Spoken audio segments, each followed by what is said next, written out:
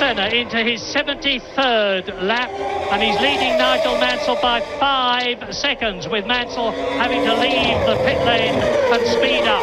Now, Nigel Mansell, of course he wants to win this race, but in fact if he finished second, he would still be commandingly in the World Championship lead, but he's certainly not giving in there, taking Eric Comas, lap 73. After this, we've got lap 74, 5, 6, 7 and 8, with the possibility of Ayrton Senna winning a Grand Prix for the first time since Australia 1991, having been beaten, of course, on the first 5 in South Africa, Mexico, Brazil, Spain and San Marino by the man who is second to him now. Bitter, bitter luck for Nigel Mansell. There he is in second place. Now, let's see as Senna goes through at the end of this lap whether Mansell has lapped faster on the first flying lap that he's had since he left the pit lane. I'm just getting through the pits now because Ayrton Senna will be coming past our position shortly. He has just done so, and Senna has gone through. Nigel Mansell is exiting the Rascasse up towards the start and finish line into lap 74. And so it's down to 4.3 seconds, but I can't see Mansell catching him. Well, he's going to catch him. New lap record for Nigel Mansell. He's got fresh tyres on, obviously.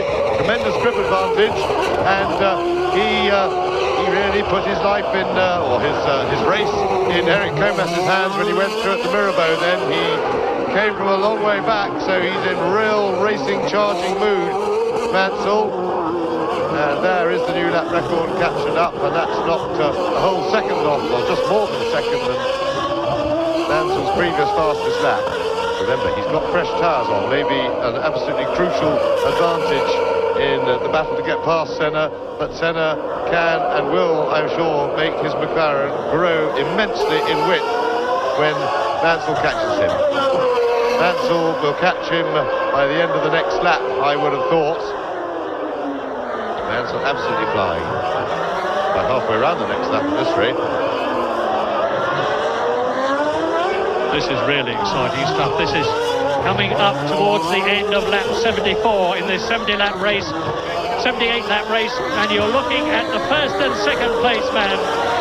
Nigel on fresh tyres, he's got an advantage there, but as James has said, the Brazilian will be able to position his McLaren Honda all the way round the circuit to make it desperately difficult for Nigel Mansell to get past, and there's another new lap record for Mansell, 1 minute 21.598, which is nearly 2 seconds faster than the previous lap record and quicker than Brundle. They're coming down now to Lowe's again. Getting very close to sort of qualifying speed. Mansell's back marker in front of Senna. It'll be crucial for Senna to get past him. It's Dallara and JJ Leto. He's quite experienced, but he could be excused for not knowing what's going on, and that we've got a major battle for the lead right behind him. Senna.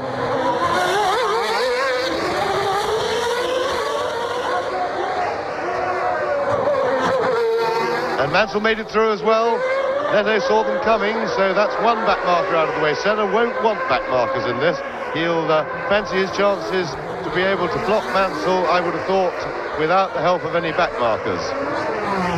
And as they come through to complete lap 75 with 3 laps to go after they have done so, Ayrton Senna has got to keep Mansell behind him for 3 whole laps, and Mansell will never have been more determined to get past anybody.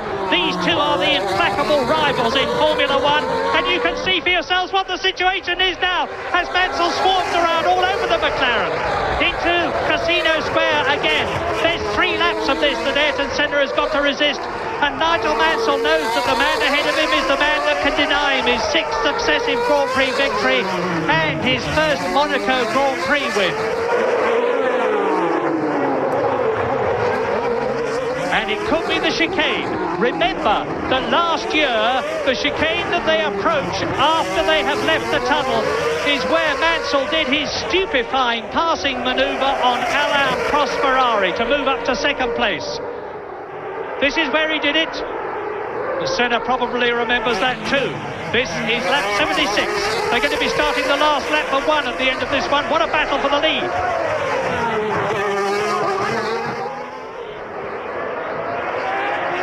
Senna closes the door out of the swimming pool.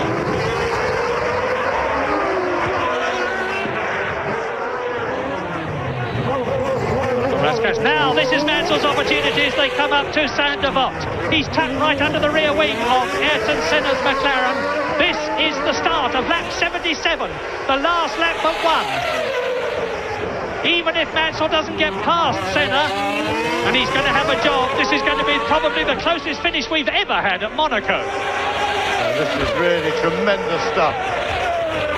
Nigel Mansell really showing us what he hasn't had a chance to show us all year, what a racer he is, and this is it. And Senna, all his skills involved.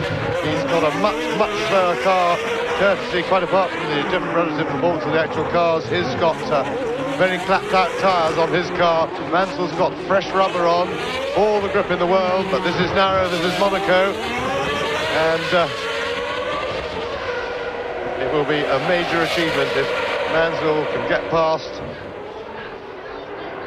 Right with him, Senna blocking away and sliding a lot, Senna knocking it down, and he almost came to a dead stop there. Mansell weaving this way and that way, but Senna won't let him past. He's got the racing line, he's going to keep it. This last lap coming up, of course, is going to be the crucial one. See, Senna's just got to put his car in the right position, and there's no way the Mansell can get through, and it won't be at the Rascasse. It could be at Saint-Devote again.